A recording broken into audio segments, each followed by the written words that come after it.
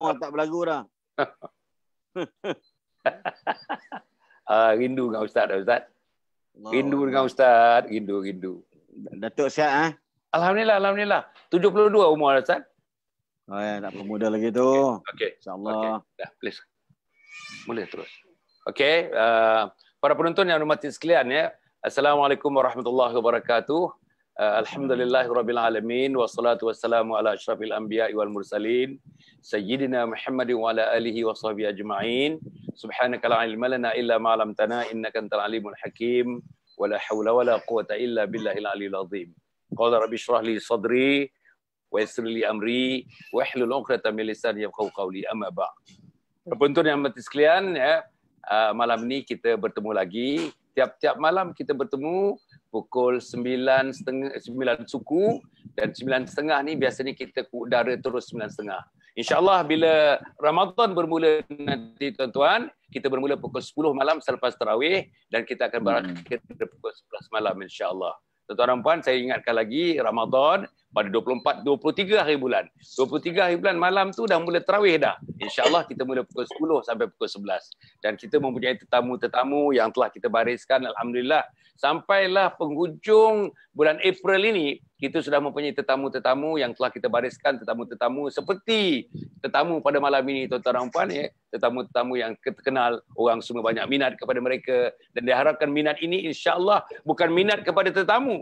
Kita nak minat kepada apa yang diceritakan. Kita nak minat apa ilmu yang disampaikan. Kita nak minat mendengar apa pengalaman agama yang dipaparkan kepada kita. Dan dalam bulan Ramadan nanti kita nak minat, tuan-tuan, tidak lain tidak bukan mengahyakan bulan Ramadan, menghidupkan bulan Ramadan insya-Allah. Tuan-tuan dan puan, bersama saya orang yang tak asing lagi. 26 tahun dalam dakwah, tuan-tuan.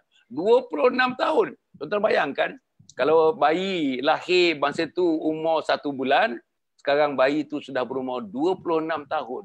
Begitulah lamanya orang yang berada di depan saya, depan tuan-tuan sekarang ini terlibat dalam dakwah, mendakwahkan agama Allah Subhanahu Wa Taala. Belajar tuan-tuan di Karachi di Pakistan, kemudian itu meneruskan pelajarannya di beberapa tempat dalam seluruh dunia ni tuan-tuan dan puan, kemudian mendapatkan ijazah daripada Universiti Melaya, daripada Akademi Islam Universiti Melaya, dan selepas itu mendapat lagi diploma ataupun sertifikat atau diploma eksekutif khas untuk pendakwahan dan kerja-kerja agama dan sebagainya. Jadi ia telah melibatkan dalam bidang dakwah ini sudah begitu lama, sudah tentulah malam ni tuan-tuan. Malam ni kita sangat gembira mendapatkan beliau bersama dengan kita. Bolehlah kita ambil sikit, boleh kita toreh sikit, boleh kita jentik sikit, boleh kita tuan-tuan, kita sedut sikit ilmu-ilmu beliau, pengalaman-pengalaman beliau, khusus untuk dilihat oleh anak-anak kita, dilihat oleh teman-teman kita, anak-anak remaja kita, supaya mereka pun insya-Allah umur dalam 20-an, 30-an, di awal lagi sudah terlibat dalam kerja-kerja untuk menertabatkan agama Allah Subhanahu Wa Taala. Tuan-tuan, orang yang saya maksudkan di depan saya tidak lain dan tidak bukan ialah Al-Fadhil Ustaz Haslin Baharim, atau terkenal dengan nama Ustaz Haslin Bollywood, tuan-tuan dan puan. Saya tadi minta dia memudahkan dengan satu lagu, tuan-tuan. Jap Pyar Sisi Hota Hai, atau Sanggam, atau Jangli Kae. Tapi dia kata dia dah lama tak nyanyi dah, tuan-tuan. Tapi hujung-hujung nanti kalau dia naik steam, malalah tahu dia naik steam, tuan-tuan. Dia mengat dia macam pentas ni, dia akan menyanyi dengan kita satu lagu insya-Allah. Tuan-tuan dan puan, tajuk kita pada malam ini ialah jadikan dirimu kekasih Allah. Jadikan dirimu kekasih Allah. Bukan jadikan diri kamu hanya engineer, bukan jadikan diri kamu sebagai doktor, bukan jadikan diri kamu sebagai pakar pertanian, bukan jadikan diri kamu sebagai anggota teman-teman korporat, tapi jadikanlah diri kamu kekasih Allah Subhanahu Wa Taala. Ustaz, untuk memulakan program kita ni Ustaz, bagi satu mukaddimah ringkas sikit, apa yang kita nak utarakan bila tajuknya jadikanlah dirimu kekasih Allah. Sila Ustaz. Assalamualaikum warahmatullahi taala wabarakatuh. Alhamdulillahirabbil alamin wa bihi nasta'in ala umurid dunya waddin. Wassalatu wassalamu ala asyrafil anbiya'i wal mursalin wa ala alihi wa ashabihi ajma'in, amma ba'd. Terima kasih berbahagia Datuk Dr. Hasan Ali, orang yang dipanggil satu pioneer depan otai dalam dunia komunikasi dakwah sejak daripada saya bangku sekolah menengah lagi sampailah peringkat saya balik daripada belajar di Pakistan dan sampailah macam Datuk sebut tadi memang betul saya memulakan karier dakwah saya ketika saya baru dapat anak saya yang pertama dan sekarang lebih kurang hampir maksud dia kan ada 24 maksud dalam jarak Datuk sebut tadi 26 maknanya kena ikut 26 tahun lah. Tapi baru dapat anak umur 24 tahun sekarang umur dia. Dan hari ini juga dia juga membantu saya untuk karier dakwah online apatah lagi dalam keadaan kita hari ini berada dalam PKP yang ketiga. Jadi itu usaha-usaha juga lah insya-Allah. Dan terima kasih Datuk kerana sudi jemput saya secara online pada malam ini. Dan kepada semua para penonton yang sedang menyaksikan live saya bicara santai bersama Datuk Dr. Hassan Ali. Saya doakan memoga insya-Allah Allah Subhanahu Wa Taala akan menjauhkan kita daripada segala mara bahaya. Bagaimana selalu kita berdoa, Allahumma dafa'ana al-bala'a wal waba'a wal ghala' wal fahsya' wal syada'id wal mihna ma zahara minha wa ma batan bi rahmatika ya arhamar rahimin. Berbalik kepada jadikan dirimu kekasih Allah Subhanahu Wa Taala tidak lain tidak bukan memang satu peranan, satu kewajipan bagi orang yang mengaku, yang mengatakan dia telah beriman kepada Allah Subhanahu Wa Taala. Antara sifat dan ciri yang disebutkan dalam Al-Quran dalam suratul Baqarah ayat 160 ayat 65 ayat ini panjang tetapi keratannya berbunyi a'udzubillahi minasyaitonir rajim walladzina amanu asyaddu hubban lillah dan orang-orang yang beriman betapa kuatnya cinta dan kasih mereka kepada Allah Subhanahu Wa Taala. Dan ayat itu sedangkan orang syirik mereka kasihkan berhala-berhala yang kononnya akan memberi manfaat kepada kehidupan mereka. Sedangkan orang-orang yang beriman kekuatan mereka yang amat bersangatan kasih dan cinta mereka kepada Allah Subhanahu Wa Taala. Jadi di sini Datuk yang mana kata kalau kita lihat dalam kehidupan kita ni dari sudut nak dapatkan diri jadi kekasih Allah ni ada dua benda. Yang pertama tubuh badan kita sendiri dengan sikap dan sifat. Yang kedua amalan ataupun kerjaya kita. Ini berkait rapat persoalan macam saya tertarik Datuk Mukadimah tadi bukan sekadar kita ni jadi engineer, jadi apa nama ni caterer, jadi apa nama ni pilot, jadi apa saja sekalipun jawatan dan kedudukan ataupun karier, tetapi jadikanlah kerja kita ini lebih diatasi. Allah itu mengatasi segala gerak-geri dan kerjaya kita. Sebab itu dalam hadis-hadis sahih Bukhari dan Muslim ada menyebutkan yang pertama tentang fizikal tubuh badan orang yang kalau nak jadikan diri kekasih Allah. Antara disebut dalam sebuah hadis iaitu Allah sebut khuzul a'mala ma tutiquna bih fa inna ahabbal a'mali ila Allah. Ya, disebut antara dia, jadilah kamu carilah kamu kerja yang kamu mampu lakukan dengan kerja tersebut. Itu antara dia. Fa inna ahabbal a'mali, maaf tadi hadis yang kedua tadi, fa inna ahabbal a'mali ila Allah. Bila sebut al-ahabba yakni al-hubbu. Ini sesuatu kerja seseorang yang Allah amat sayang dia, iaitu apabila idza amila an yutqinahu, buat amal ibadat, buat kerja seharian an yutqinahu dengan penuh ketekunan, dengan penuh kesungguhan. Jadi sifat manusia tu nak bagi Allah sayang dia sebab semua buat kerja Datuk. Nak ceramah kena sungguh-sungguh, nak jadi imam kena sungguh-sungguh, nak jadi pensyarah kena sungguh-sungguh, nak jadi Perdana Menteri ke apa di parlimen ke siapa berkuasa bagi kena sungguh-sungguh. Dan perbuatan sungguh-sungguh itu ialah pada fizikal orang yang memang mengharapkan cinta dan kasih Allah Subhanahu Wa Taala. Yang kedua ialah pada kerjaya seseorang. Betul Allah sebut dalam sebuah hadis, Rasulullah SAW sebut dalam sebuah hadis, Rasulullah sebut fa inna khairal a'mal. Jadi orang sekarang ni amal. Fa inna khairal a'mali ila Allah, sesungguhnya sebaik-baik amalan yang Allah kasihkan orang tu buat kerja ialah yakni madama wa in qalla, biarlah benda itu berkonsisten, beristiqamah, yang ni selalu tak berhenti walaupun kerja yang dia buat itu orang pandang remeh, orang pandang kecil, orang pandang macam tak ada nilai pada pandangan orang. Tetapi pada nilaian pandangan Allah, itulah kekasih Allah Subhanahu wa taala. Jadi tubuh badan buat kerja biar sungguh-sungguh, dan bila buat kerja teman sekalian biarlah sedikit, tetapi pada Allah kita jadi kekasih Allah because of, kerana kita berkesenantiasaan dalam mencari Allah sebagai kekasih hidup kita. Itu antara dia.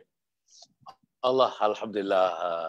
Para penonton dan mata sekalian, wonderful introduction tuan-tuan, cantik. Apa yang disebutkannya dalam 20 saat saya menyebutkan balik. Tuan-tuan, ada 3 perkara yang penting. Untuk menjadi kekasih Allah Subhanahu Wa Taala ni, puncak segala-galanya ialah Allah Subhanahu Wa Taala. Fizikal kita dijadikan Allah Subhanahu Wa Taala yang sempurna. Fizikal ustaz sempurna, fizikal saya sempurna. Dengan kesempurnaan itulah kita mesti mensempurnakan kerja-kerja untuk agama Allah Subhanahu Wa Taala. Nombor 2 yang tadi teman-teman buat amal. Amal penuh dengan ketekunan, sungguh-sungguh kerja dengan dunia, sungguh-sungguh kerja mencari rezeki, sungguh-sungguh nelayan, sungguh-sungguh petani, sungguh-sungguh pertanian, sungguh-sungguh seluruhnya. Apalagi bekerja untuk agama Allah Subhanahu Wa Taala. Allahu Akbar. Lagilah sungguh-sungguh. Yang ialah sebaik-baik amal itu konsisten, sebaik amal itu istiqamah, sebaik-baik amal itu dicurahkan sepenuh hati, jiwa, raga kita untuk kita melaksanakan amal yang akan diterima oleh Allah Subhanahu Wa Taala, dan mesti dilakukan kerana dan untuk Allah Subhanahu Wa Taala. Rasanya begitu Ustaz, saya nak simpulkan sikit apa yang Ustaz sebutkan tadi. Betul Datuk, insya-Allah. Okey, Ustaz, yang kedua kalau kita nak tengok sikit Ustaz tentang nak jadikan diri kita ni kekasih Allah ya. Kita ni Ustaz dalam hidup ni banyak kekasih tu Ustaz, banyak kasih. Kasih kita kepada rumah, kasih kita pada kenderaan, kasih kita pada kereta, kasih kita pada isteri, kasih kita kepada anak, kasih kita kepada perniagaan, kasih kita macam-macam. 1001 kasih, termasuk yang saya bercakap ni, Hasan Ali ni tuan-tuan. Tetapi saudara-saudara, kadang-kadang kita terlupa, dan mungkin kita terlupa untuk kasih tuan-tuan kepada Allah Subhanahu Wa Taala. Dalam Al-Quran disebut habba ilaikum minallahi wa rasulihi wa jihadin fi sabili fatarabbasu hatta ya'ti Allahu bi amri wallahu la yahdil qaumal fasiqin. Habba ilaikum minallah, kasihlah kamu kepada Allah, kasihlah kamu kepada Rasul, kasihlah kamu untuk berjihad menegakkan agama Allah Subhanahu Wa Taala. Tuan-tuan, jadi saya harap insya-Allah, jadi untuk dapatkan kita jadi manusia yang Allah kasih itu, syaratnya, apa syaratnya Ustaz? Mesti ada persyaratannya. Apa dia, macam mana rupa orangnya, orang mesti putih ke, orang mesti besar ke, orang mesti mata biru ke, orang mesti pandai menyanyi Bollywood ke, macam mana Ustaz? Terima kasih Datuk, sahabat-sahabat muslimin muslimat yang sedang menyaksikan bicara saya pada malam ini bersama Datuk. Tertarik macam Datuk sebut tadi ni, ayat penghujung wallahu la yahdil qaumal fasiqin, Allah tidak akan beri petunjuk dan hidayah kepada orang yang fasik. Siapa orang fasik? Kadang-kadang kita terlupa. Kita nampak fasik ni mungkin orang yang tak solat, fasik ni mungkin orang yang tak tutup aurat. Tetapi dalam keadaan masa yang sama, ayat ini memberikan satu remind ataupun amaran, tahzir kepada kita. Qul in kana aba'ukum abna'ukum wa ikhwanukum wa ashiratukum. Ayat ini panjang. Katakanlah ya Rasulullah, wahai Muhammad, kalaulah mak bapak kamu, anak-anak kamu, bini-bini kamu, rumah perniagaan kamu, takhshawna kasadaha wa masakin tardawnaha, kamu lebih sayangkan mak bapak kamu, anak bini kamu, keturunan kamu, apa karier kamu, apa kerjaya kamu, dan perniagaan kamu. Sebut khusus wa tijaratan takhshawna kasadaha, kamu lebih sayang berniaga daripada kamu nak sayang Allah. Dan Datuk semua ayat tadi itu, iaitu antaranya ialah kamu sayang rumah kamu lebih daripada Allah. Kamu sanggup repair rumah kamu, dan kadang masa yang sama kamu lupa jihad kamu dengan Allah Subhanahu Wa Taala, dan kamu lupa jihad kamu, yakni cintakan kamu kepada Allah dan Rasul. Fatarabbasu fantaziru, tunggulah selepas ini akan datang amaran Allah, bala Allah, bencana Allah, yang mana Allah memang tak akan bagi petunjuk kepada orang yang fasik. Yang ini fasik dia Kita buat kerja, kita belakangkan Allah. Kita makan, belakangkan Allah. Sebab tu dalam bahasa mudah ada Datuk. Bagaimana kita nak mengakrabkan Allah dengan kita? Bagaimana kita nak mengakrabkan diri kita dengan Allah? Sebab itu dalam surah Ali Imran, antara yang kita lihat dalam surah Ali Imran, ayat yang ke-31 lah kalau tak silap saya. Ayat selalu mungkin bulan Maulud Nabi ni Datuk orang akan baca ayat ni.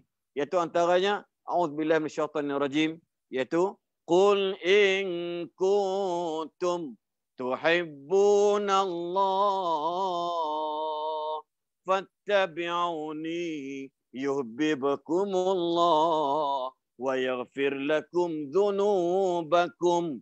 Itu ayat berbunyi pada dia. Katakanlah ya Rasulullah, hei Muhammad, jika sekiranya kamu sayang Allah, cintakan Allah, fattabi'uni, kamu mesti ikut cakap aku, mesti ikut cara aku, mesti ikut sunnah aku. Yuhibbukumullah. Ada dua sini Datuk, dapat bahagian. Kalau kamu kata if you say you love Allah, kamu kena ikut aku. Jangan risau, Allah berikan dua level, dua tingkatan. Yang pertamanya, Allah akan patah balik. Sayang kamu tu Allah sayang balik kat kamu. Sayang kamu dekat aku, kamu ikut aku, Allah balas balik. Allah akan sayang kat kamu. Yang kedua, yang paling interesting dalam awal ialah, iaitu yaghfir lakum dzunubakum, Allah mengampunkan dosa kita. Apa maksudnya Datuk dan juga sidang penonton yang dirahmati Allah sekalian? Dalam sebuah hadis memang Nabi dia sebut kullu amalin lam yubda bi basmalati fahuwa ajzam fahuwa aqta fahuwa abtar. Ada riwayat dia banyak, tapi yang bunyi ialah iaitu kullu amalin lam yubda bi basmalati fahuwa ajzam. Setiap amalan kalau kita tidak dimulakan dengan bismillahirrahmanirrahim atau sekurang-kurangnya bismillah, fahuwa ajzam, tidak mendapat apa-apa daripada kasih sayang Allah akan kerja kita. Kita makan tak baca bismillah, tak dapat rahmat daripada Allah. Ya, kita tak kata alhamdulillah, kita tak dapat rahmat daripada Allah lepas kita makan, tak dapat berkat. Masuk tandas tak baca auzubillah, keluar tandas tak kata alhamdulillah, nak tidur tak baca bismillah, masuk tak mendapat lembayung rahmat daripada Allah, keberkatan tak dapat. Why? Sebab kita hidup tak berlapikkan Allah Subhanahu wa taala. Ini sebagai contoh dia.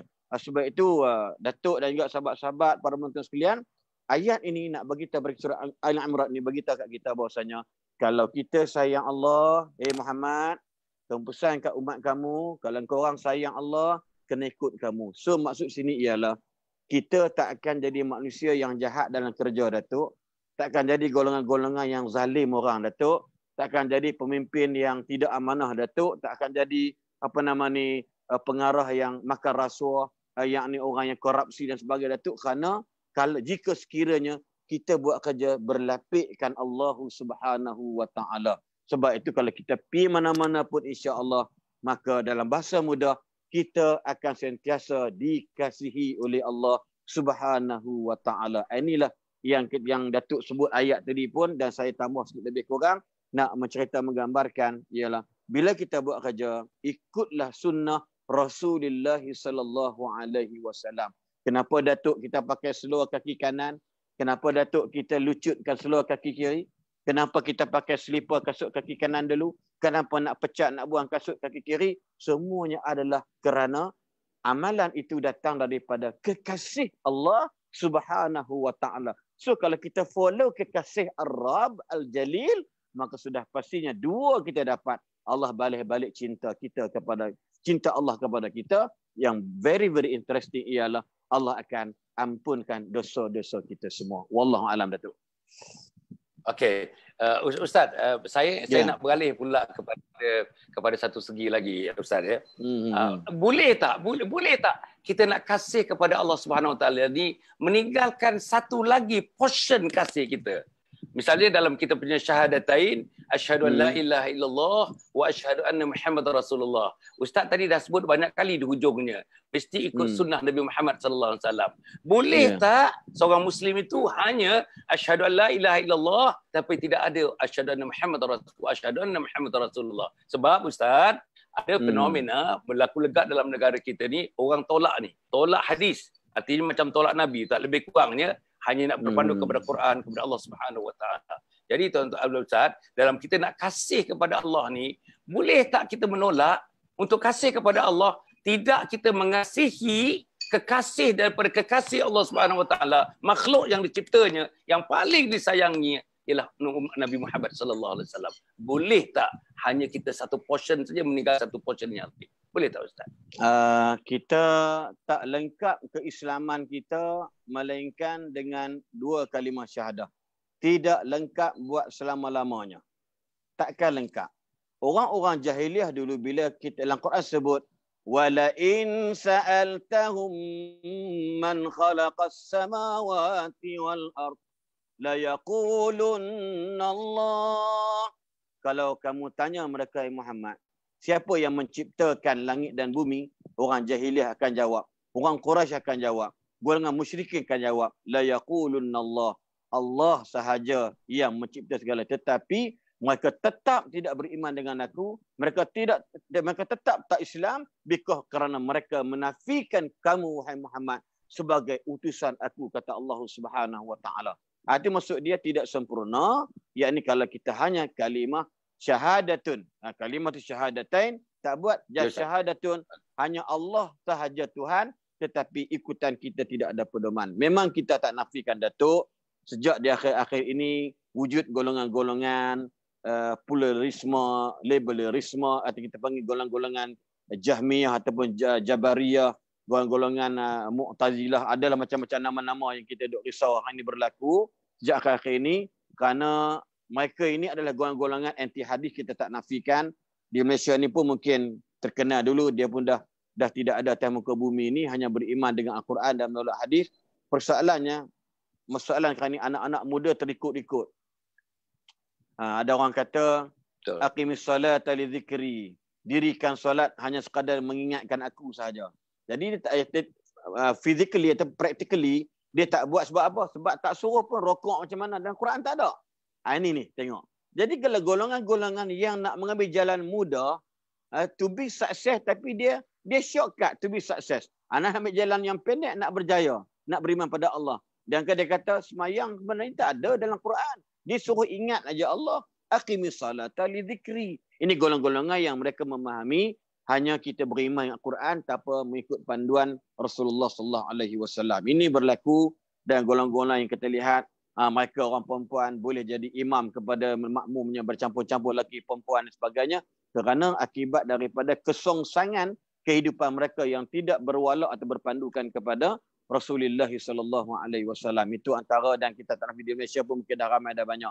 Soalannya Datuk dalam bahasa mudahnya, kalau kita lihat, memang kita tak nafikan di dalam Al-Quran, dia tak tunjuk kita nak rokok macam mana, berapa kali rokok, berapa kali sujud dan duduk antara memang tidak wujud. Tetapi inilah betapa pentingnya kepada mereka yang kena memahami tentang function ataupun tugasan Rasulullah sallallahu alaihi wasallam sebagai mufassilun, sebagai mubayyinun, yakni Nabi sebagai pendetail, Nabi sebagai pentadqiq, yakni Nabi ini sebagai orang yang menyempurnakan lagi, mubayyin, yakni menjelaskan kekhususan yang ada di dalam. Sebab tu orang-orang yang jenis ni, dia kata dalam Quran ni tidak ada persoalan arak itu haram, tidak ada persoalan korban itu sebenarnya bukan daripada Allah tapi daripada Nabi sendiri. Macam-macam lah dia orang akan timbul. Sebab apa? Mereka tidak melihat dan merujuk kepada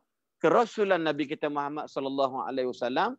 Akhirnya dalam bahasa mudah, kalau Datuk masih ingat hadis Nabi sallallahu alaihi wasallam, Nabi sebut dah, aku tinggal pada kamu 2 perkara, kalau kamu pegang betul-betul 2 ni, lan tadillu, kamu pasti selama-lamanya, forever, kamu takkan sesat buat selama-lamanya, iaitu kitab Allah dan sunnah Rasulullah sallallahu alaihi wasallam. Dia tak boleh pegang Quran saja, Dia kena ikut sabdaan-sabdaan ataupun ahadis Rasulullah sallallahu alaihi wasallam. Ini antara yang memang Datuk lontarkan soalan tu. Saya ingat memanglah banyak soalan di kalangan remaja-remaja pada hari ini tanya soalan berkait dengan solat. Puasa tak apa Datuk. Zakat tak apa Datuk. Tapi bila masuk bab solat ni Datuk, soalan Allah pun tak cerita dalam Quran solat macam mana. Cuma Allah kata kita ingat Allah, solatlah tu automatik. Masya-Allah. Sedangkan Nabi pernah bersabda, "Sallu kama raaitumuni usalli." Semayanglah kamu sebagaimana kamu melihat aku semayang. Itu antara dia Datuk. Wallahu a'lam.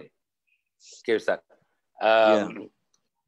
Ustaz ya, yang saya seronoklah Ustaz menerangkan dengan masa yang pendek tu Ustaz boleh cover menerangkan dengan potongan Al-Qurannya, dengan hadisnya, dan menjelaskan lagi kepada para penonton yang saya hormati sekalian. Saudara, inilah peluangnya tuan-tuan. Inilah peluangnya. Program seperti ini, program Ustaz Haslin, program teman-teman yang lain yang sekarang ni saya rasa ribu sedang buat live sekarang ni. Tengoklah, tontonlah. Jangan tidur, jangan tengok TV, jangan tengok apa telefon, jangan lalai.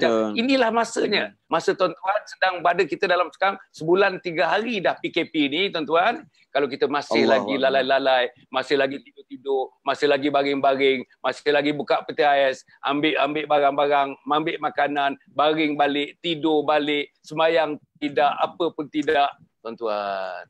Allah sebenarnya menjadikan PKP ni tuan-tuan, COVID ni, pada saya banyak benda yang tersudat di sekelilingnya, di tepinya, di tengahnya untuk kita renungkan bersama-sama tuan-tuan dan puan. Jadi sayang kalau tuan-tuan tak nampak ni apa yang diterangkan oleh Ustaz Haslin tadi tuan-tuan, saya tak tahulah mengatakannya. Macam mana tuan-tuan gambaran kalau orang menolak Nabi Muhammad sallallahu alaihi wasallam? Macam mana syurga nak dibukakan kepada mereka kalau mereka menolak Nabi Muhammad sallallahu alaihi wasallam? Tuan-tuan dan puan, jadi saya nak pergi kepada yang berikutnya. Sebelum tu tuan-tuan dan puan, insya-Allah ya, kita sedang bersiaran tuan-tuan dan puan ya. Agaknya Ustaz Haslin pun ada Facebook dan sebagainya. Apa nama Facebook Ustaz untuk Facebook saya Datuk Ustaz Haslin Baharim Official. Ustaz Haslin Baharim Official. Ya, dalam fanpage lah. Dalam fanpage. Kemudian tu tuan-tuan bagi saya alhamdulillah YouTube tuan-tuan pergi kepada Dr. Hasan Ali. Kalau Instagram tuan-tuan pergi kepada Dr. Hasan _Ali. Dan kalau misalnya page, saya punya page inilah yang sedang beroperasi sekarang ini. InsyaAllah ditemukan dengan page daripada Ustaz Haslin, Datuk Dr. Hasan bin Muhammad Ali. Tuan-tuan dan kita harap saya Datuk saya memang amat respect lah. Dalam keadaan usia Datuk 72 tahun lebih kurang di Datuk mengambil setiap ruang yang ada ini peluang menyampaikan usaha dakwah kepada masyarakat. Walaupun saya tahu Datuk tak boleh nak keluar dan saya tak boleh nak keluar. Inilah ruang yang ada yang Datuk sebut COVID-19 ni, PKP ni 1, 2 dan 3 ini memberikan satu mesej kepada kita oleh Allah Subhanahu Wa Taala agar kita mengambil ruang yang ada ini peluang untuk buat benda yang terbaik untuk mendekatkan diri kita dengan Allah Subhanahu Wa Taala. Datuk tadi sebelum saya bersiar dengan Datuk, saya ada live tadi dah daripada Seriti ataupun Pasti Kuala Selangor ni sendiri. Dan malam tadi pun alhamdulillah Datuk saya dengan Samsul Debat dengan Ustaz Abdullah Khairi lebih kurang hampir 9,000 orang yang melihat live pada malam tadi. Dan juga viewers dia setakat ni 156,000 orang. Maksudnya alhamdulillah Datuk saya nampak sebelum ni mula-mula kita buat live, mula-mula PKP dulu, sambutan tak banyak sangat. Tetapi alhamdulillah Allah berikan petunjuk dan kebaikan bersahabat-sahabat kita para penonton sekalian, yakni kemudahan hati terbuka dan lapang dada dia orang untuk menyaksikan live setiap malam. Alhamdulillah Datuk. Rasa-rasa Datuk lebih sibuk daripada ceramah. Lebih sibuk pada tak PKP ni.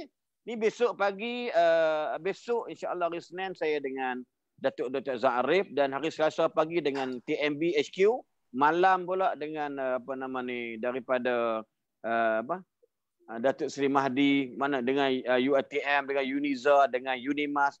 Boleh kan sampailah kepada hari Ramadan Al-Mubarak. Dan saya sendiri pun tak jangka pula betapa sibuknya pula kami para penceramah ni di waktu-waktu musim PKP. Because of, subhanallah Datuk, Allah bagi hidayat bersahabat-sahabat rakyat jelata di Malaysia ni, subhanallah.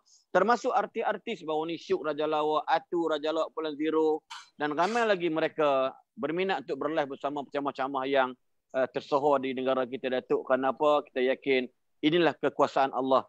Ada something yang Allah nak berikan atau Datuk sebut ketersiratan dalam PKP ni, Datuk. Wallahualam. Allah. Terima kasih Ustaz. Tuan-tuan dan puan ya. Dan kita menggunakan media sosial ni tuan-tuan ya. Ini teknologi. Teknologi ni bergantung kepada kita. Kita nak jadikan teknologi ini membunuh kita pun boleh. Kita nak jadi teknologi ini membunuh keislaman kita pun boleh. Kita jadikan teknologi ini membunuh diri kita dunia dan akhirat pun boleh. Tetapi macam yang Ustaz menyebutkan tadi, alhamdulillah tuan-tuan, kita dampaknya sambutan yang diberikan, maknanya orang ndak, masyarakat ndak, dan teknologinya pun ada lagi. Apa lagi? Mari bangun saudara, mari bangun. Mari semuanya bangun. Menggunakan apa kemudahan yang ada ini semata-mata untuk agama Allah Subhanahu Wa Taala. Mari kita latih diri kita, kita bangun, apa yang kita lakukan ini khas untuk dan kerana Allah Subhanahu Wa Taala. Insya-Allah. Walau dengan itulah barulah amal ibadat kita diangkat tinggi oleh Allah Subhanahu Wa Taala. Allahu akbar. Tuan-tuan ya, saya nak pergi Ustaz, satu lagi pertanyaannya. Saya Ustaz dalam apa ni ya, akhirnya tidak berapa tahun dah. Saya pun tercebur dalam bidang ni dah 30 tahun Ustaz, 40 tahun dah kan ya. Mendakwah ni dah 40 tahun dah Ustaz kan ya. Jadi Datuk Rajul Ma'ruf. Masya-Allah. Jadi tuan-tuan ya, maksudnya bila-bila kita pergi di mana-mana, Ustaz, yang terbaru saya nak cerita yang terbaru sebelum Covid ni, kira-kira dalam 2 bulan yang lalu, sebulan setengah yang lalu, saya pergi di utara, tak boleh sebut negerinya lah. Saya pergi ke tempatan timur dan saya pergi ke selatan Ustaz ya. Setiap tempat tu saya pergi 6 hari 5 malam, 6 hari 5 malam. Programnya kuliah subuh, kuliah duha. Lepas tu kalau yang petang tu ada parenting dan malam kuliah maghrib. Tuan-tuan ya, tempat yang saya pergi tu ada kuliah subuhnya bagus-bagus tuan-tuan. 100 orang, 200 orang kira-kira baguslah. Tapi nak cari anak muda umur 13 selepas akhir balik sampai umur 20 tuan-tuan Ustaz, saya nak sebut kepada Ustaz-Ustaz ni, semua masjid yang saya pergi tu hampir kosong Ustaz. Hampir kosong penyertaan budak 13 tahun sampai 20 tahun. Kosong Ustaz, kosong. Jadi sebab itulah saya nak timbulkan persoalan ni. Bila patutnya kita memulakan untuk kita bina manusia yang kasih kepada Allah Subhanahu Wa Taala? Bila Ustaz? Anak Ustaz, anak saya, anak teman-teman yang ada semua tuan-tuan.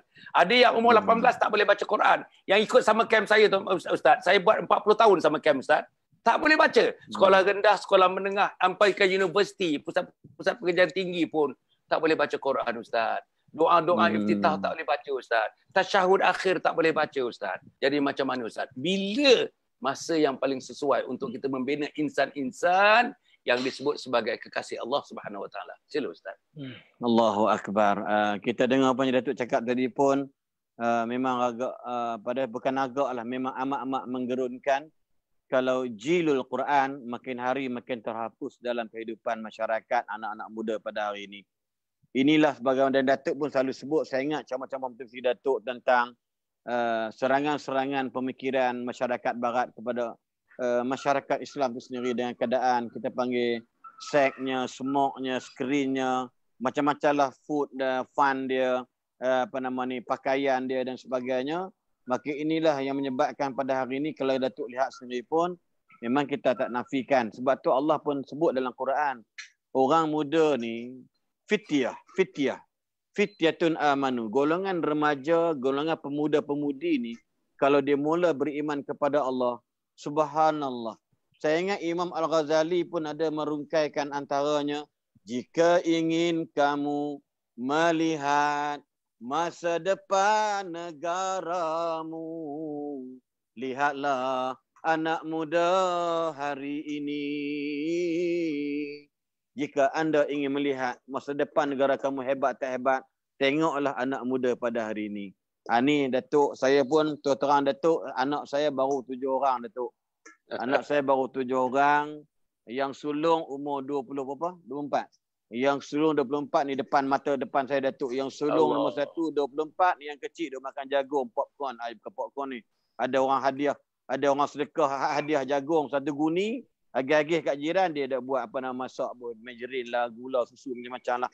Jadi anak saya ni belah kanan 11 tahun, anak saya ini yang bongsu yang besar adalah 24 tahun. Persoalannya Datuk dalam bahasa muda, kalau anak saya jadi apa-apa, anak saya tak pandai, anak saya gitu begini, saya rasa saya haramkan untuk menyalahkan mana-mana pihak. Situ bahasa yang paling pada saya kasar pada umum, tapi itulah paling lembut pada saya. Maksudnya bila jadi anak saya tak pandai baca Quran ke, anak saya tak solat dan sebagainya, sebenarnya dalam bahasa mudahnya adalah kesilapan saya sendiri. Wallahi, kesilapan ini sebagai ibu, sebagai bapa, sebagai ketua keluarga, leadership dalam rumah tangga yang mengabaikan persoalan ini kepada anak-anak saya. Sebab itu dalam bahasa mudahnya kalau kita lihat sebuah hadis riwayat Imam Al-Bukhari, iaitu 7 golongan yang mendapat payungan atau tuduhan yauma la zilla illa zillullah, melainkan tuduhan Allah pada hari kiamat. Tak ada tuduhan, tak ada payungan, tidak ada apa benar sekali pun melainkan daripada Allah. Antaranya seseorang nasya'at, dia bermula hidupnya kepada Allah sampai kedewasaannya atau sampai kepada kematangannya.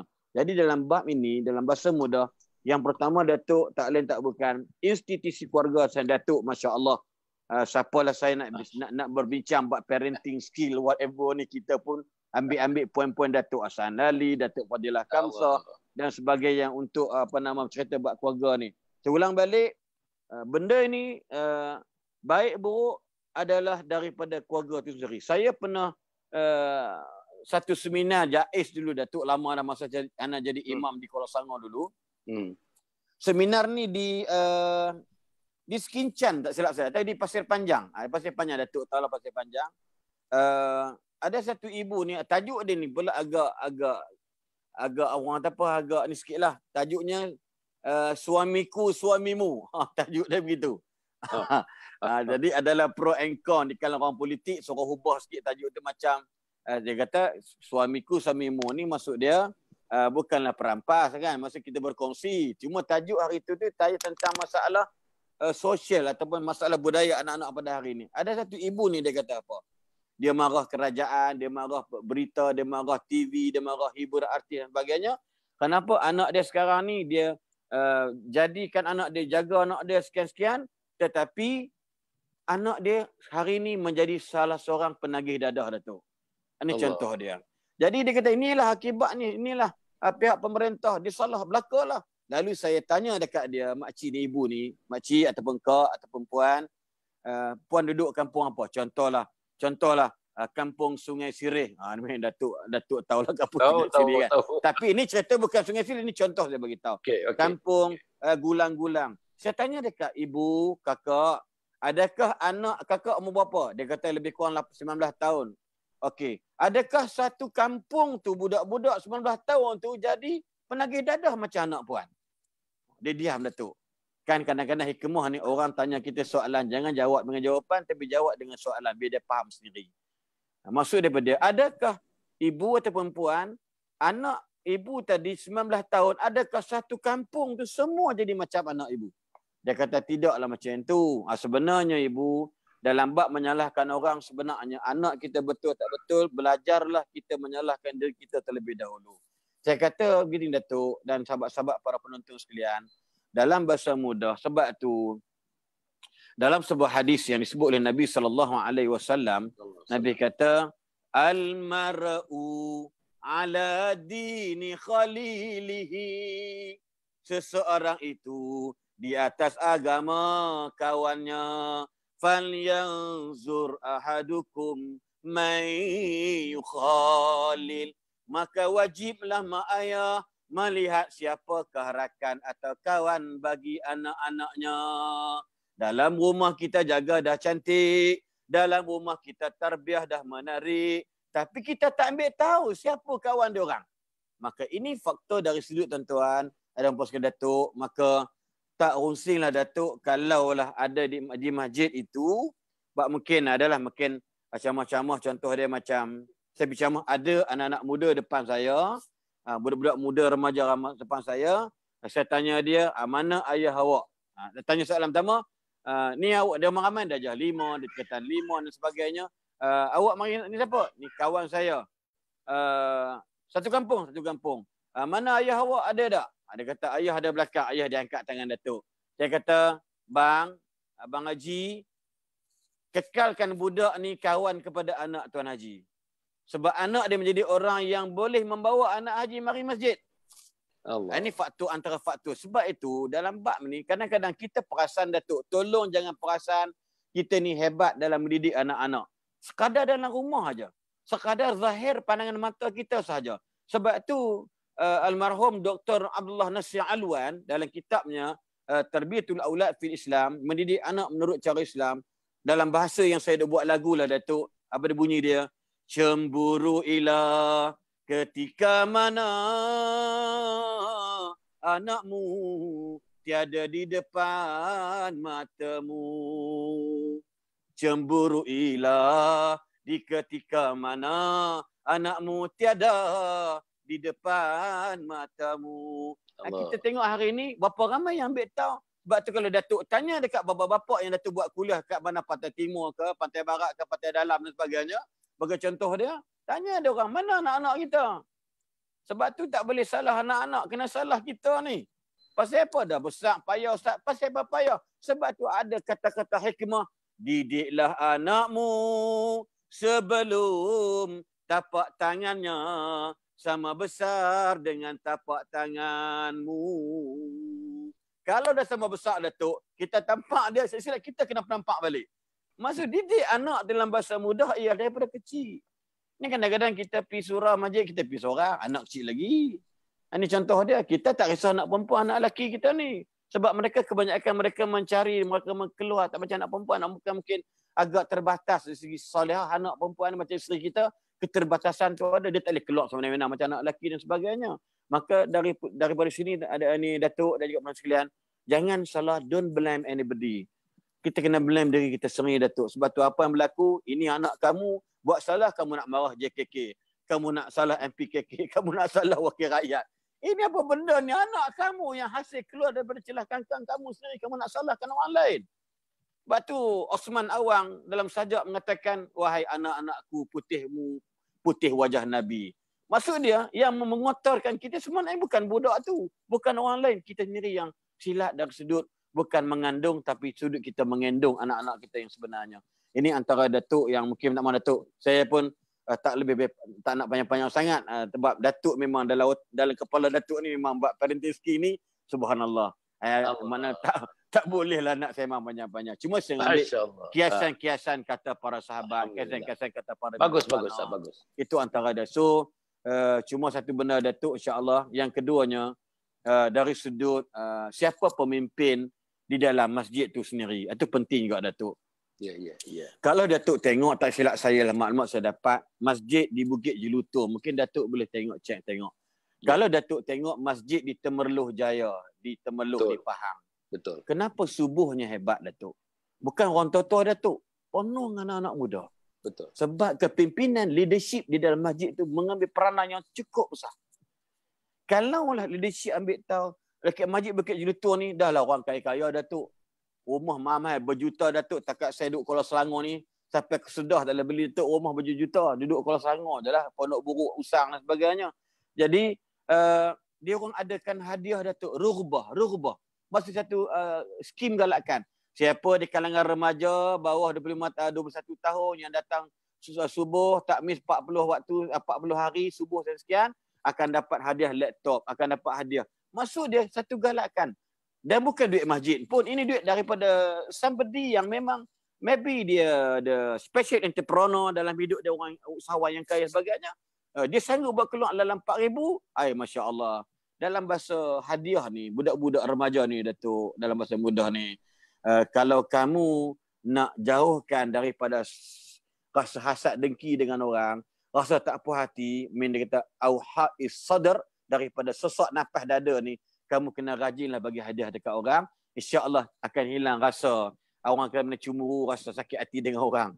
Ini antara dia Datuk. Jadi kepimpinan dalam masyarakat tu sendiri memang mengambil peranan. Nombor satu ialah memang kita mak ayah, kita family. Nombor dua, kepimpinan dalam masyarakat. Kalau masyarakat dipimpin oleh orang yang minat karaoke, Datuk, karaoke lah budak-budak. Kalau dalam kepimpinan masyarakat suka main ayam sabung, dulu belah-belah Kos Selangor ni banyak main ayam sabung, main lawang burung sebagainya, maka kaki berburung lah, kaki berayal lah bapak tu. Di mana kepimpinan macam itulah. An-nasu tahta dini mulukihim. Masyarakat itu di bawah agama pemerintah dia. Ini contoh dia. Kalau pemerintah jenis warak, subhanallah. Datuk, saya bukan nak sembang dalam bab-bab isu individu dalam soalan politik bagi, tapi Datuk cuba tengok. Bila saya pergi ceramah di Terengganu, satu program di Marang, program tu hanya untuk anak-anak muda, Datuk. Namanya Hikam. Subhanallah, Datuk. Saya tak jumpa muka. Kalau muka umum macam Datuk Asali memang tak adalah. Orang Jawa ngomongnya orang eneng. Memang tak ada lah waktu itu. Saya tengok budak-budak muda, Datuk. Siapa yang didik, Datuk? Sebab kepimpinan tu yang bawa dia orang. Kepimpinan menjadi uswatun hasanah. Qudwatun hasanah. Itu yang paling penting. Kalau kepimpinan kaki merokok, anak muda-muda rokok, Datuk. Kita pesan dia, tolonglah. Alhamdulillah, Datuk. Dia kata apa? Dengar ceramah Ustaz malam itu, alhamdulillah kami fikir-fikir, kami cuba berhenti isap rokok. Kita pernah pergi ceramah. Ketua-ketua jabatan kerajaan, sepatut ruang yang dia orang ada kuasa, ambil peluang, panggil penceramah-penceramah untuk berceramah. Saya baru ni, saya pun tak sangka, Datuk, bukan muji diri, Datuk. Ada seorang tu staf satu badan kerajaan, dalam apa nama IG tu dia tulis, Ustaz inilah yang telah menyadarkan saya supaya saya tutup aurat. Jadi orang screenshot hantar kat saya. Saya wallahi, Datuk, memang kita tak perasan. Kita bercakap benar baik. Ustaz ni, dia kata Ustaz suka buat lagu Hindustan sebagainya. Dan waktu tu I dengar ceramah, I tak tutup aurat. Orang lain semua tu I seorang. Alhamdulillah Ustaz ni ceramah menyadarkan saya tutup aurat. Maksud dia bukan saya dapat untung, Datuk, tapi ketua jabatan tu dapat keuntungan. Betul. Sebab asbab itu ada. Likulli syai'in sababah. Setiap benda yang berlaku mesti ada sebab. Macam COVID-19 mesti ada sebab kenapa berlaku. Mungkin musibah kerana jahat manusia. Mungkin kerana maksiat manusia. Itu it's not impossible. Ini kerja Allah. Ini antara dia, Datuk. Jadi insya-Allah dalam bab rumah tangga ni, dalam masalah anak, Datuk, adalah balik kepada mak ayah itu sendiri. Yang keduanya leadership dari sudut keluarga dan leadership dari sudut kepimpinan masyarakat itu sendiri. Kalau baiklah pemimpin, kalau baik mak bapak, insya-Allah, Datuk, baiklah anak-anak. Kalau baik pemimpin masyarakat, insya-Allah, Datuk, kita yakin, Datuk, Allah akan tolong dengan syarat mereka berjihad dalam nak bawa masyarakat ke arah yang baik. Allah tak pernah bohong, Datuk. Ini bukan janji politik, Datuk. Allah sebut dalam Quran, walladzina jahadu fina lanahdiyannahum subulana wa innallaha lama'al muhsinin. Dan orang-orang yang berjihad bersungguh-sungguh ke jalan kami, bawa masyarakat ke jalan kami, ubah masyarakat jalan kami. Kami tak tanya berapa ramai yang berjaya. Buat ke belum, itu yang kami nak tanya. Why? Allah pasti lanahdiyannahum subulana. Allah pula memudahkan hidup kita ni, Datuk, para penonton sekalian, jalan-jalan kepada Allah Subhanahu Wa Taala because of Allah sukakan orang yang buat benda baik ni, Datuk. Wallahu alam, Datuk. Allah, terima kasih Ustaz. Selamat, Datuk. Masya-Allah. Tuan-tuan, bukanlah nak kata, tuan-tuan, inilah kita ni, tuan-tuan dan puan, tugas kita buka telefon, mendengar, melihat. Itu saja tugas kita. Saudara-saudara, Ustaz ni dengan pengalaman dia baca buku itu, baca buku ini, tanya ulama itu, tanya ulama ini, tengok eksperimen dia sendiri, eksperimen masyarakat, tengok keluarga dia dan sebagainya, anak-anak dia yang dikata 7 orang tadi, tuan-tuan dan puan, seluruhnya digabungkannya, tuan-tuan, digabungkannya dalam satu gabungan persembahan yang kita dengar pada malam ini. Amat rugilah, tuan-tuan. Minta maaf saya secara peribadi, tuan-tuan. Amat rugilah kalau tak ada anak-anak kita di depan ini. Amat rugilah kalau tak ada orang-orang tuanya yang nama ibu dan bapa yang disebutkan. Segala-galanya terserah. Jangan blame orang lain.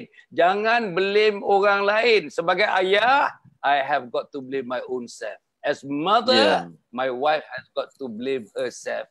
Tuan-tuan, jangan blame orang lain. Banyak kali diulang tadi, jangan blame orang lain. Tuan-tuan, saya nak pergi kepada ni Ustaz. Contoh-contoh ni, tak contoh-contoh. Cerita balik dengan remaja ni, saya sebenarnya, tuan-tuan, saya pun tak tahu dah hilang cara, tapi Masih bekerja lagi tuan-tuan, masih bekerja. Macam mana nak selamatkan remaja-remaja kita ni? Sebab macam Ustaz katakan, apa gambarannya negara pada masa hadapan ini, tuan-tuan Ustaz sebut tadi, gambarannya ialah macam mana bentuk rupa remaja kita pada hari ini. Remaja pada hari ini tuan-tuan, saya nak sebut, tak berapa nak semayang, tak pergi masjid, tak berapa nak baca Quran, tak boleh baca Quran. Masya Allah tuan-tuan, kalau tuan-tuan tengok. Bahkan di akhir-akhir ini Ustaz setuju dengan saya atau tidak, tuan-tuan tak minat langsung dengan agama. Tak minat tuan-tuan, soal minat, tak minat. Contoh, tuan-tuan, ajak pergi tengok bapa saudara dia sakit, tak minat. Itu agama tuan-tuan. Ajak pergi bapa saudara yang sakit tu matilah tuan-tuan, matilah. Ajak pergi menziarah orang mati, bapa saudara, Pak Long dia sendiri. Dia tak minat nak pergi tuan-tuan. Ya, kan? Ajak pergi jumpa ustaz, nak buka kitab, tak minat. Ajak pergi kuliah tajwid, terima kuliah tajwid, tak minat. Tuan-tuan, kalau misalnya televisyen tu sedang buka tentang channel TV Al-Hijrah, bapaknya beralih aja, tuan-tuan dia akan ubah kepada apa HBO, tuan-tuan dia akan ubah kepada. Dan ini pasti yang akan berlaku. Minat tak ada tuan-tuan, minat tak ada.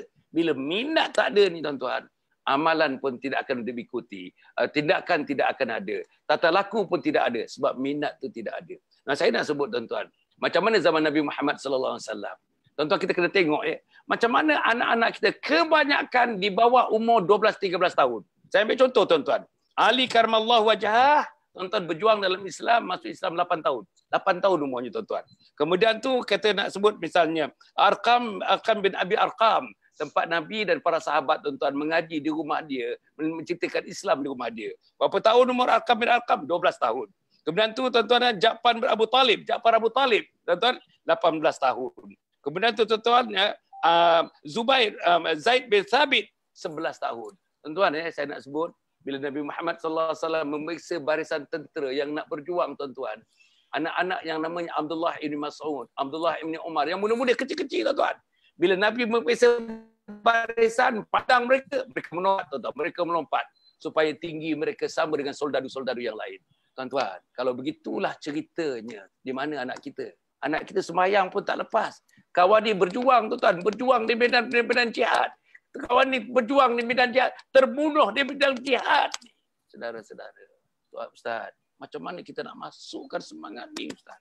Macam mana bapak-bapak nak masukkan semangat ni? Tapi saya pula tengok, macam mana bapak nak masukkan semangat? Bapak pun tak semayang. Macam mana bapak nak masukkan semangat? Bapak pun minta maaf. Saya minta maaf. Bapak pun tak ada ilmu.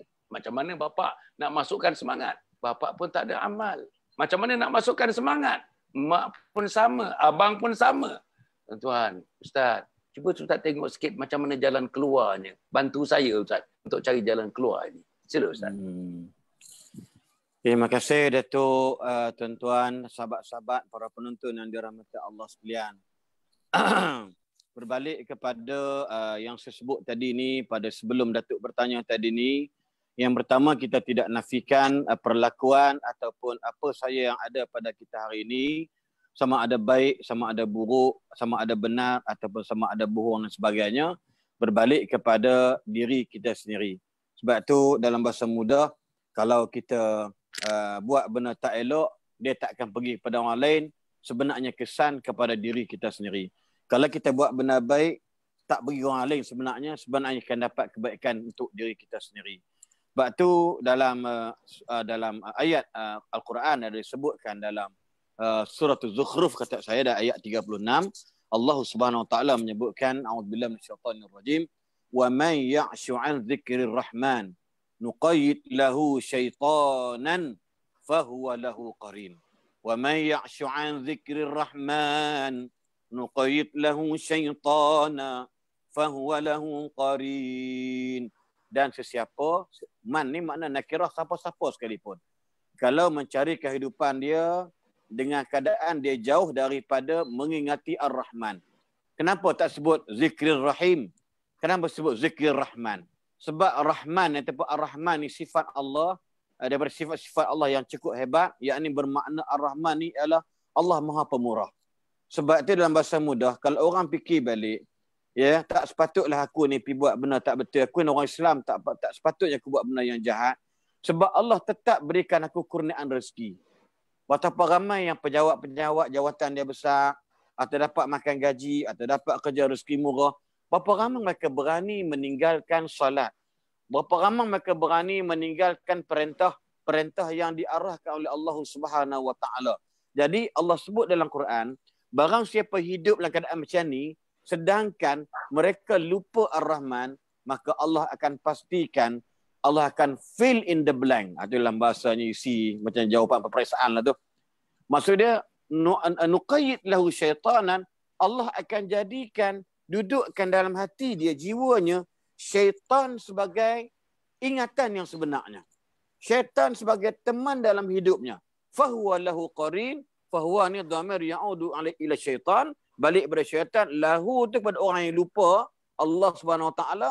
Qarin ni qarib, yang jadi rapat dengan syaitan. Sebab tu tindak tanduk kita pada hari ini dalam masa muda, memang Datuk tak nafikan. Ada suara-suara sumbang di kalangan orang Melayu. Kita tak heran kalau orang kafir menghina agama Allah Subhanahu Wa Taala.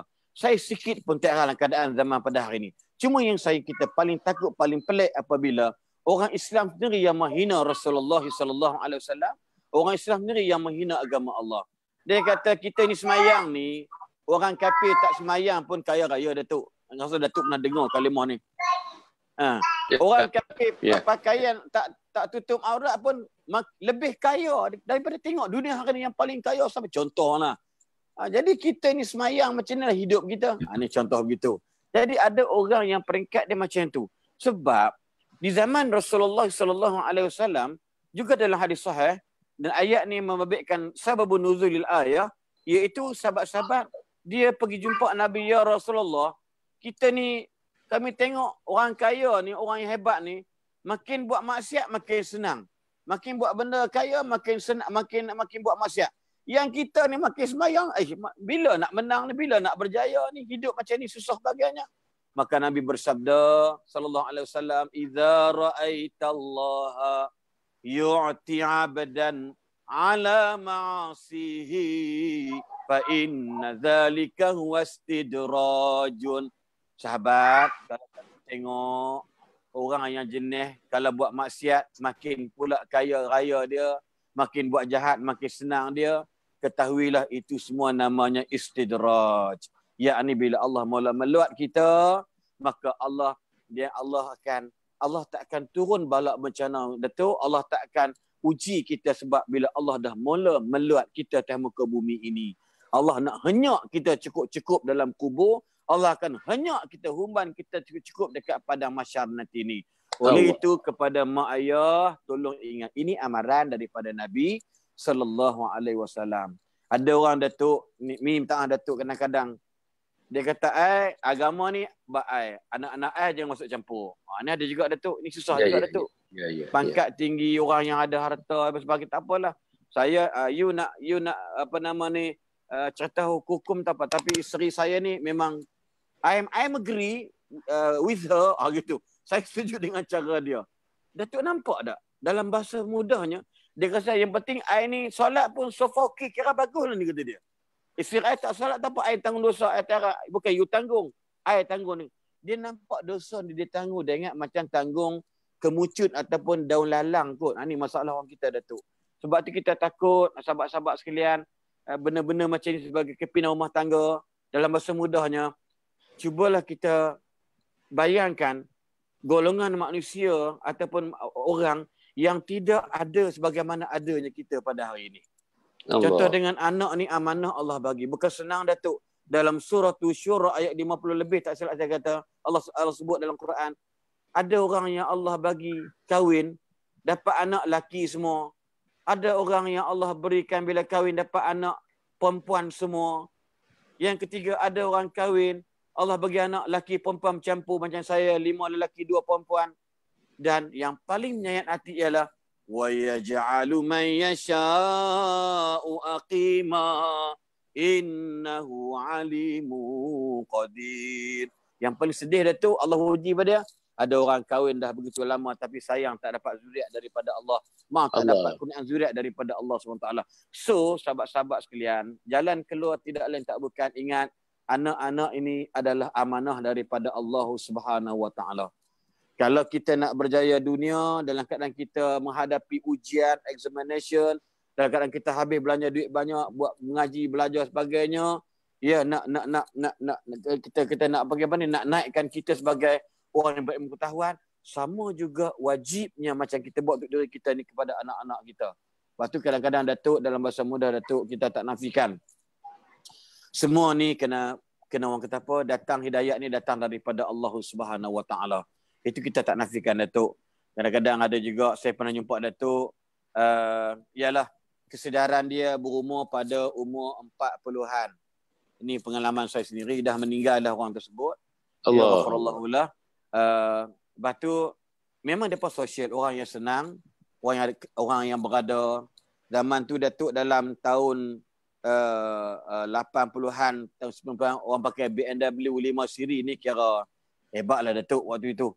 Jadi bila saya disemang saya, dia kata uncle ni cakap uncle boleh uncle buat, tapi uncle duk sedih ni, aunty dengan anak-anak dia pun tak nak ikut cakap uncle lagi.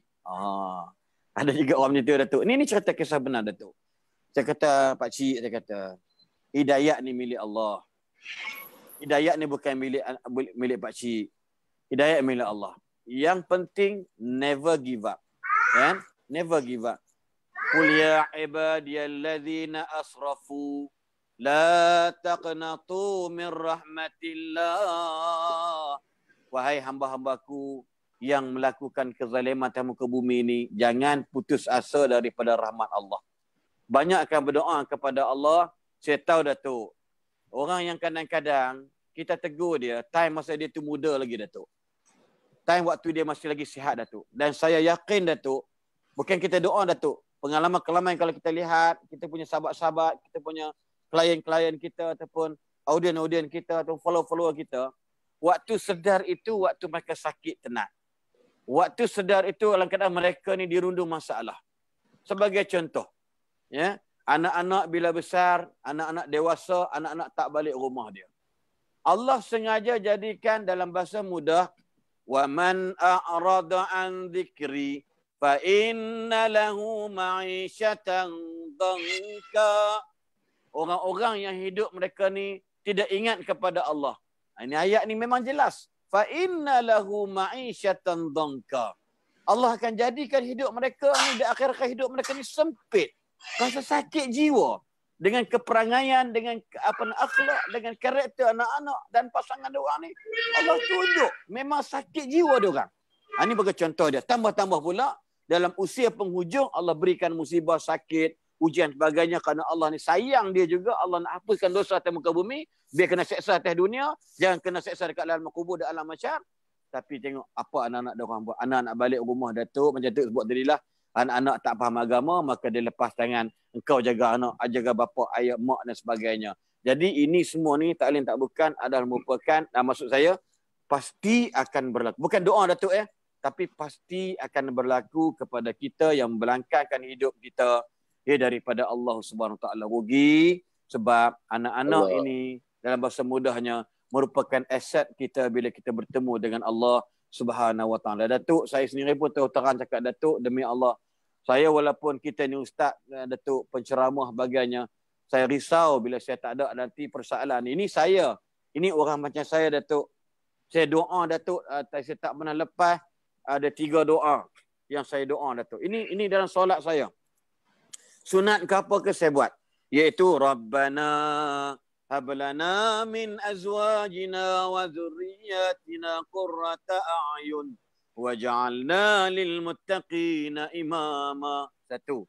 Yang kedua, Rabbi ja'alni muqimas salati wa min dhurriyyati Rabbana wa taqabbal du'a. Nabi Ibrahim berdoa Datuk, doa tu. Kita ni Ibrahim biasa aja. Ni Nabi Ibrahim, kita ni Ibrahim biasa aja. Maksudnya kalau kita masih segan, malu nak baca doa ni, who are you? Kita kena muhasabah banyak. Nabi Ibrahim berdoa tu. Ni doa Nabi Ibrahim. Ni cuba refer dalam Quran.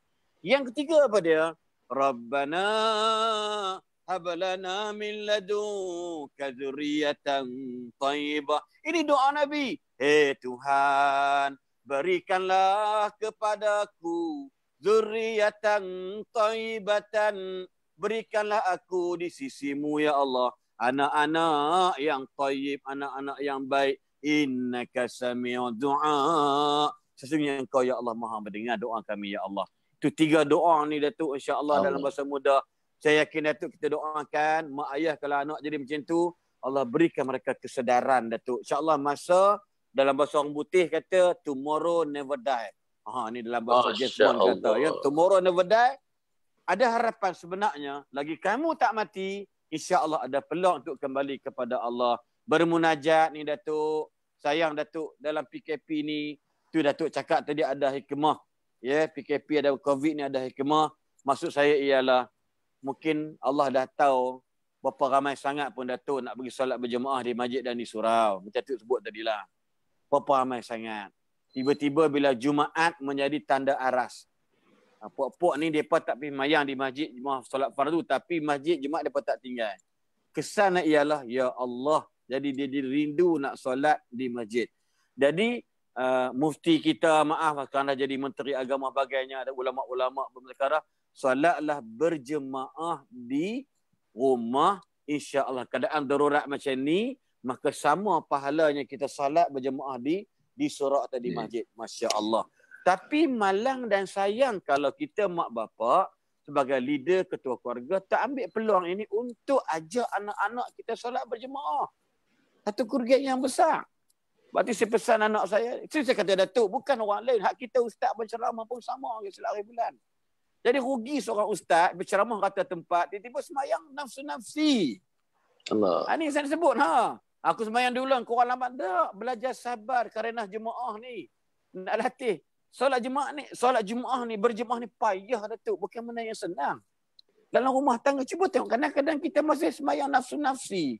Infiradi, semayang seorang-seorang. Sedangkan Allah bagi peluang.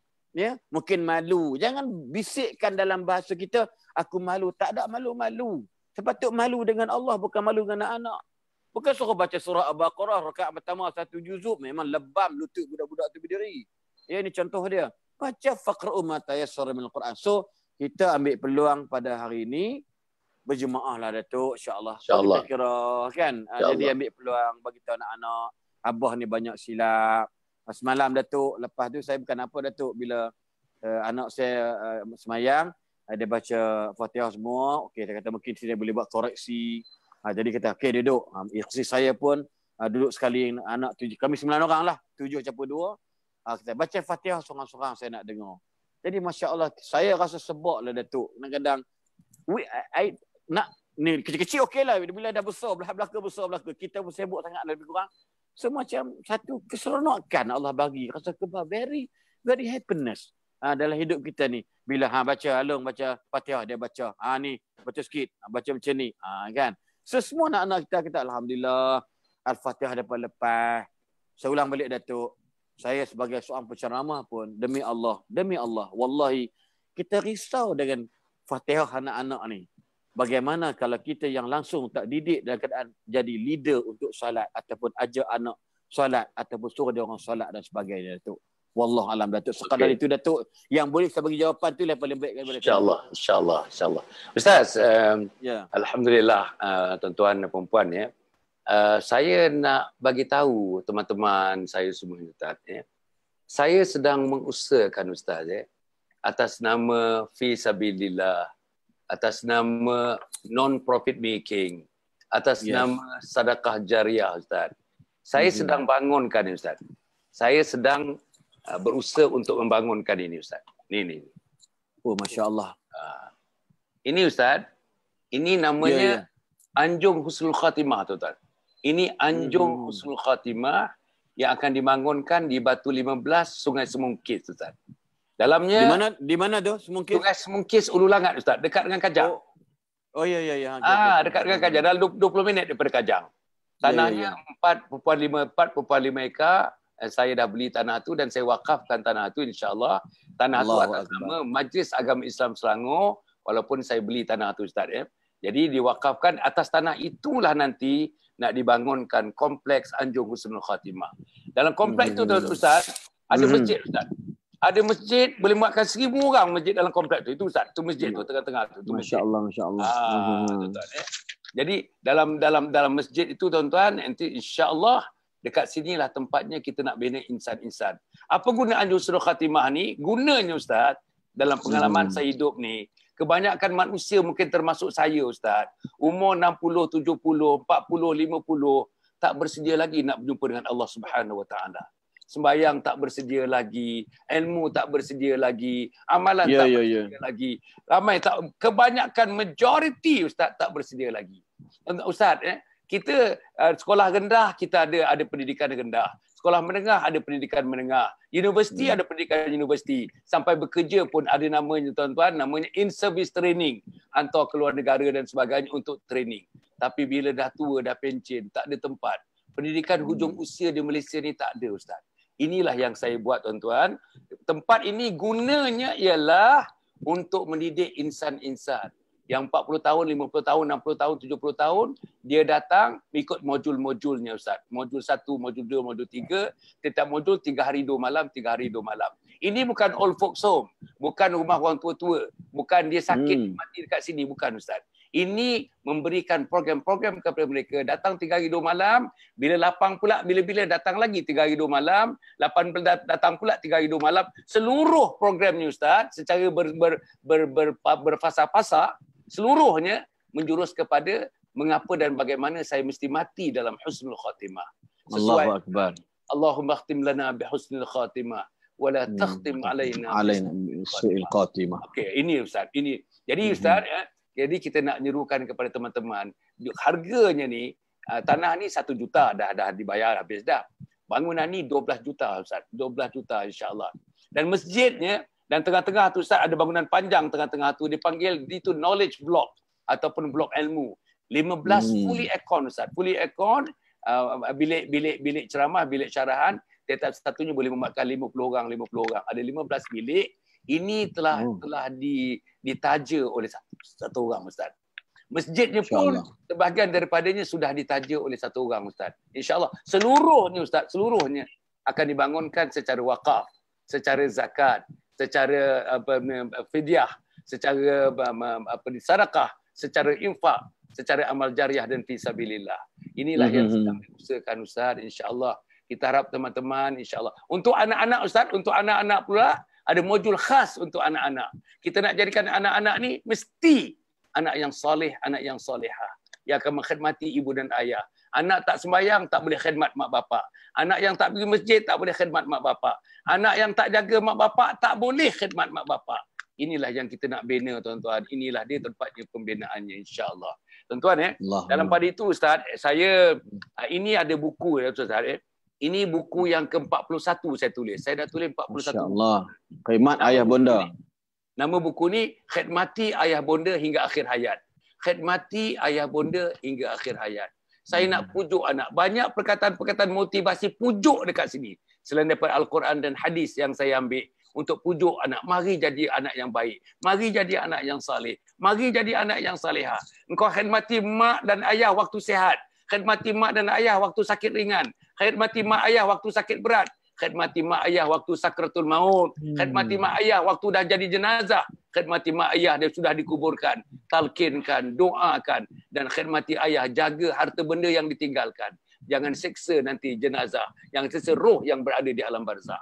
Dan akhirnya tuan-tuan, ini buku yang ke-42 Ustaz. Saya dah tulis 42 buku tuan-tuan dan puan-puan. Buku ni tajuknya Husnul Khatimah, Impian Setiap Muslim. Husnul Khatimah, Impian Setiap Muslim. Tuan-tuan, buku ni Ustaz, saya terbitkan, saya cetakkan, saya karangkan semuanya, tapi hasilnya Ustaz, semuanya, hampir semuanya saya infakkan kepada Anjung Husnul Khatimah Ustaz.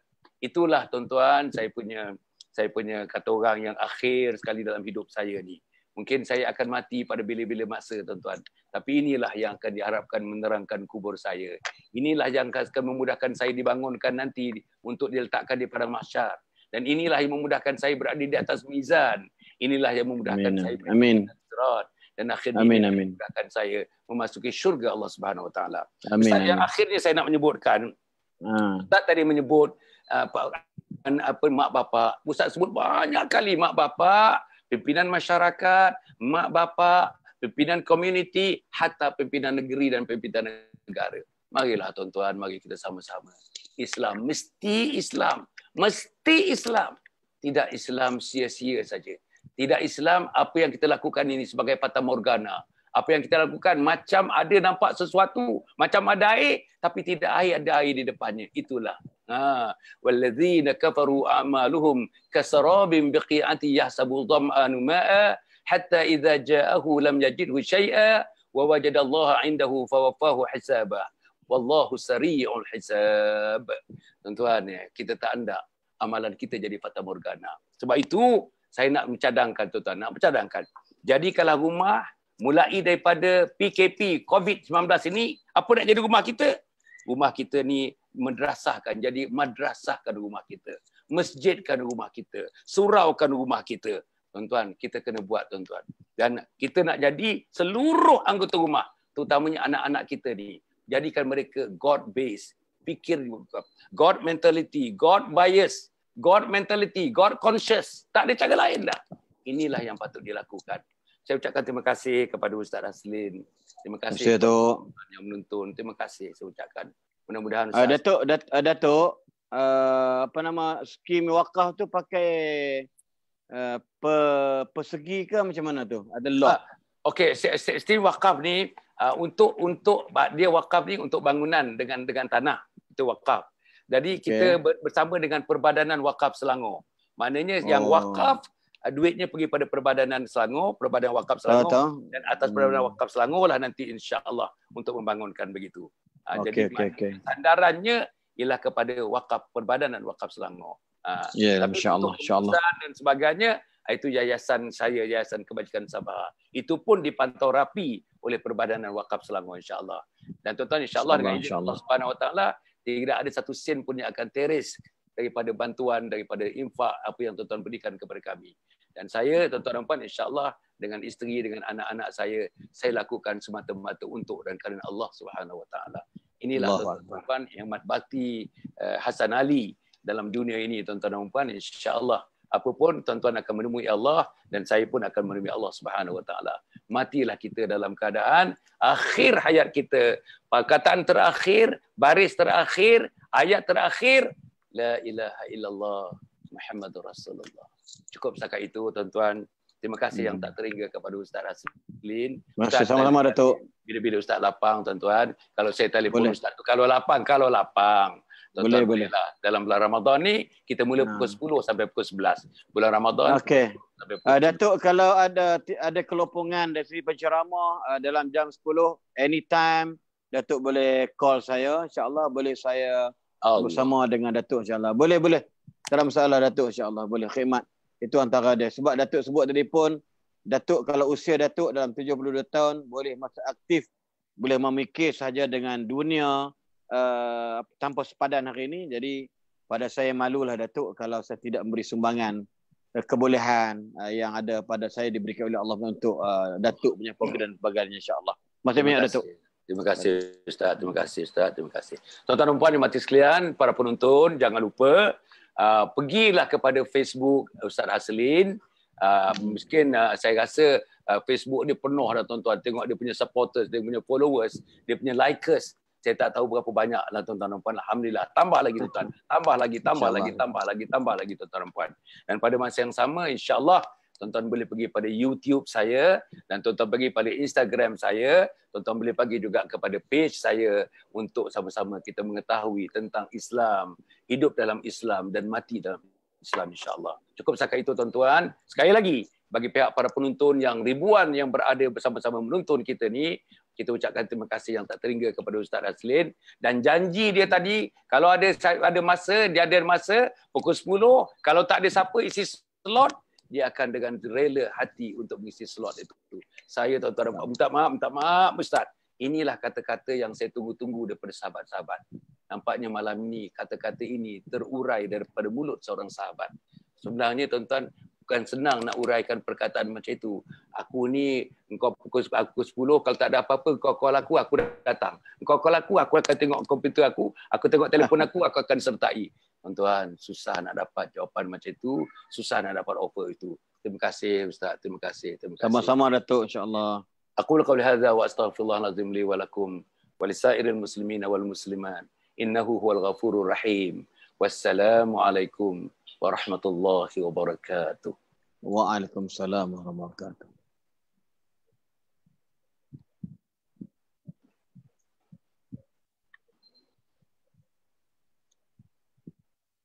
Okey, masih Datuk.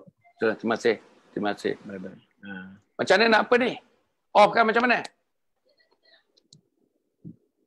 Minta maaf Ustaz. Saya tak tahu button mana nak di off kan ni. Ana pun anak yang buat semua, ana tak tahu juga.